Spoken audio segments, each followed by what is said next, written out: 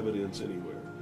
There is lots of evidence, tons of it in fact, that there are a group of people collectively known as the Illuminati who want us to believe in some extraterrestrial threat from space so that they can cause a world government. Decades, but they've always been dismissed, including by me, as the province of wackos. But that is changing thanks to some remarkable videotape and first-hand accounts from very sober people who are trained to identify aircraft. And that would include this video.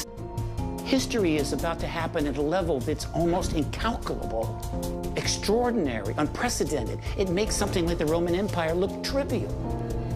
I do think that the world is ready for this knowledge. It would be the most revolutionary story in the history of mankind. And you were abducted by aliens all that time ago? Well, we were going fishing. We had got off work at the shipyard that evening, and a friend of mine and I decided to go fishing, and they floated over. They didn't walk, they floated. That this is just another scam. This is the age of deception. There's no doubt about it.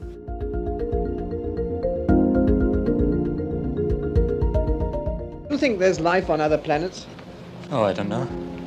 Would you like to think about it for a second? Oh, not really. Tell me, do you think there is life on other planets? Well, I'm not quite sure, but I suppose there would be. No, he seems definite. You seem Definitely. definite about it. How do you see this life and where? Oh, I've seen a flying saucer. You've seen one? Yes, Where was definitely. this? At Lane Cove. When was this? 1953. You don't think this is a figment of your imagination? Several other people with me saw it. You all had the same figment. What did it look like? It was standing up there, still. What they call UFOs, these craft that fly around the sky, are real. But they're not piloted by some little green guy from some other planet. They're owned and operated by the United States of America for one, the Soviet Union for another, probably Great Britain, Canada. I think the first really operable ones were probably manufactured in Western Canada. And you think this was sent from another planet, do you? I really do. Well, where else would it come from? Well, the technology is real. It's been kept secret, and it's been used to promote this concept that there's an alien threat to this Earth. The cattle mutilations I've discovered in my research are nothing more than what's left after the government does its secret tests on the low-level radiation leakage from its atomic weapons assembly plants and atomic power plants. The nations of the world will have to unite, for the next war will be an interplanetary war. The nations of Earth must someday make a common front against attack by people from other planets. Something that we can't explain is happening. That is correct. You're talking about individuals who have very high security clearances. They are trained observers. We've actually paid them and put them through schools to be trained and very keen observers to scrutinize what they're seeing. These are individuals who we trust to fly weapons platforms, sometimes with live munitions, over U.S. cities and to fight and win wars on our behalf. And they're reporting to us that they're seeing something that they can't explain. That was 1955, October. I was 3 or 4 months old. And they already had this plan for a false flag or a false INW threat from outer space. Later on, they seen a mark on my arm, and I think that was kind of an injection site where they might have gave me something to settle me down. Did they speak to you at all in any language or any noises? Any? Well, they did have kind of a hissing noise. I think there is life on other planets. And how do you see this life? How do you visualize it yourself? It's rather like queer-looking people. Queer-looking people? They're totally different from the people on Earth? I suppose so. Uh-huh. Would you like to get up there yourself and see it on Venus? Not particularly. Why not? Because I like it down here. I reckon there is. What makes you reckon that? Well, I don't know, it's not imagination, it's just what, You're being led by scientific discoveries, etc. Yes. Yeah, well, how do you see this life? If you think there is life up there, how do you see it? What form do you think it takes? Animal, because we're animals, aren't we? Well, some of us. Yes. Speak for yourself. I mean, how do you see them up there, though? Oh, I mean, the same as here? You think land on Venus would discover people like you? No. Totally different. It all depends what atmosphere they're living in. I think it'd be an animal form, but I don't think it'd be like us. Do you think that's a good thing? Well, I don't know. Would you like to get up there and find out for yourself? Definitely. Would you? Too right Would you I would. volunteer for this? Too right I would. I'd like to be the first woman in space.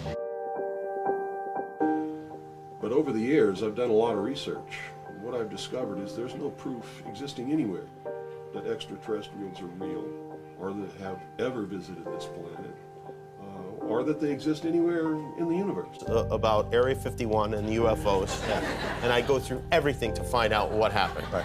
Did you do that? That's why you will not be president. Because that's the first thing that you would do. I occasionally think how quickly our differences worldwide would vanish if we were facing an alien threat from outside this world. Bringing together of all the people to resist that external threat. Yes. The only way we can live together in peace is that if we're at war with someone else. I mean, this is, of course, batshit crazy. ATIP may be clues that there's an agenda here. This may be government trying to slowly drip feed this information out to the public in such a way that there won't be out and out panic. It may be a way of slowly but surely acclimatizing people to the reality of this phenomenon.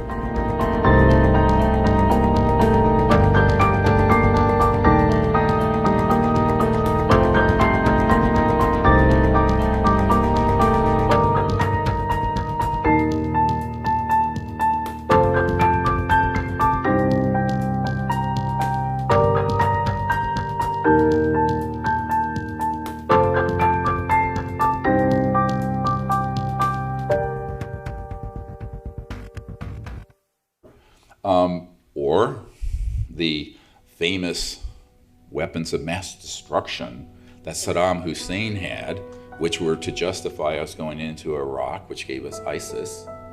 It's all hoaxed. And so you have people who are continuously creating hoax scenarios.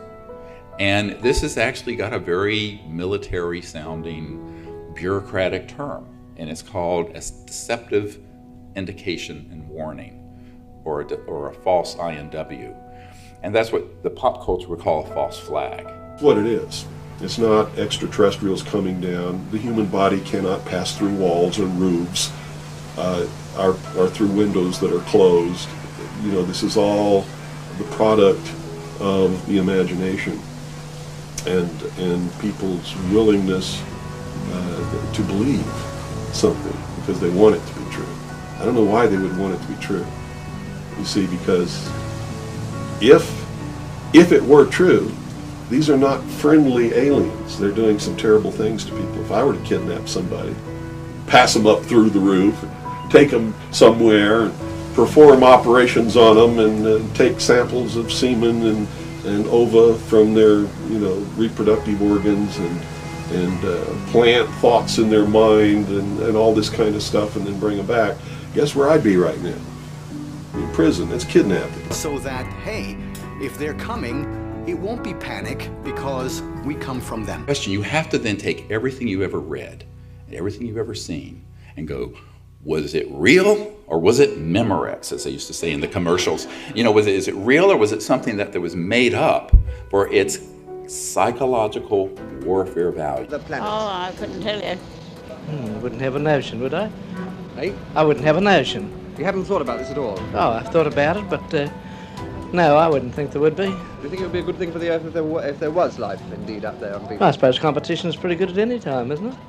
We got 10 seconds. Okay, you go to the Metro, you see a sign, see something, say something, and we get an attaboy for reporting it.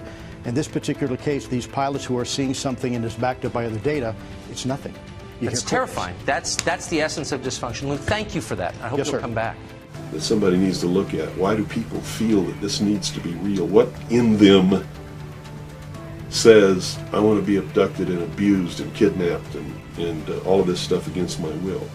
Because they seem to take some kind of satisfaction that this is happening. And nobody's talking about the fact that this is a terrible thing to happen. If I were to do that to you, you wouldn't be too happy, would you? But somehow it's okay if an alien does it? I don't think so.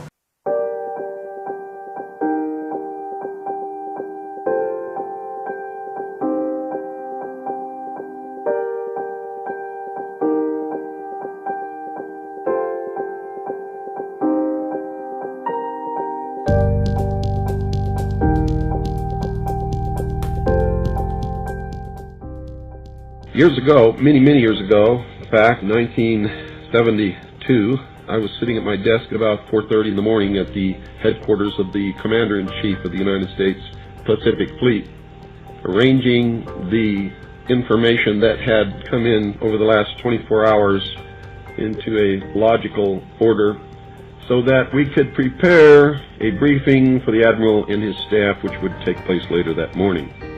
Among the papers I found on my desk was a document entitled Operation Majority, and it was not the entire paperwork involving this operation, but was merely a synopsis of the operation and projects contained under it. One of these projects was called Project Red Light.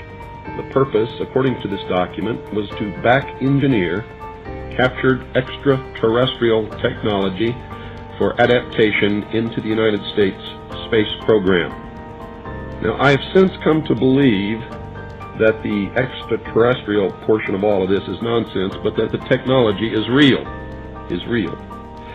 I believe that many of us were shown these documents over the years so that later we would talk about it. I mean, how can you keep the existence of extraterrestrials, if they were real, a secret? And how could anyone keep quiet knowing that they had seen documentation, official government documents labeled top secret, that expressed that these extraterrestrials were real and had visited this Earth? I wanted to know just how true all of this was, and I began a program of research to find out if extraterrestrials were real. The first thing I did was collect every bit of documentation that I could find, both from the Freedom of Information Act, from the research of others, from books that had been printed on the subject of UFOs, and of course through my network of friends in the intelligence community. What I discovered was amazing. What I discovered, ladies and gentlemen, is that there has been a plan in existence since about 1917, and probably before that, to create an artificial extraterrestrial threat to this Earth in order to create a one-world totalitarian socialist government. One of the first documents that I found in my search was this one, the Imperial Japanese Mission 1917, a record of the reception throughout the United States of the special mission headed by Viscount Ishii. And when the Imperial Japanese Mission was in New York City, they had a dinner, and some pretty famous people spoke at this dinner. One of them was John Dewey. John Dewey is the father of our failing, disastrous public education system. Here's what he said. Listen very carefully. John Dewey, professor of philosophy in Columbia University, who was the next speaker, was listened to with great intentness. He said, quote, "Someone remarked that the best way to unite all the nations on this globe would be an attack from some other planet. In the face of such an alien enemy, people would respond with a sense of their unity of interest and purpose." Unquote. Now, bear in mind, folks, that's 1917. One of the next documents that I found, and I found quite a few, but one that's pretty important, is called the Report from Iron Mountain, the probability and desirability of permanent peace. Now, I encourage you to find this book, wherever you can find it. I don't know where you can get it, but find it. Page 66. Credibility, in fact, lies at the heart of the problem of developing a political substitute for war. This is where the space race proposals, in many ways so well suited as economic substitutes for war, fall short. The most ambitious and unrealistic space project cannot of itself generate a believable external menace. It has been hotly argued that such a menace would offer the last best hope of peace, etc., by uniting mankind against the danger of destruction by creatures from other planets or from outer space.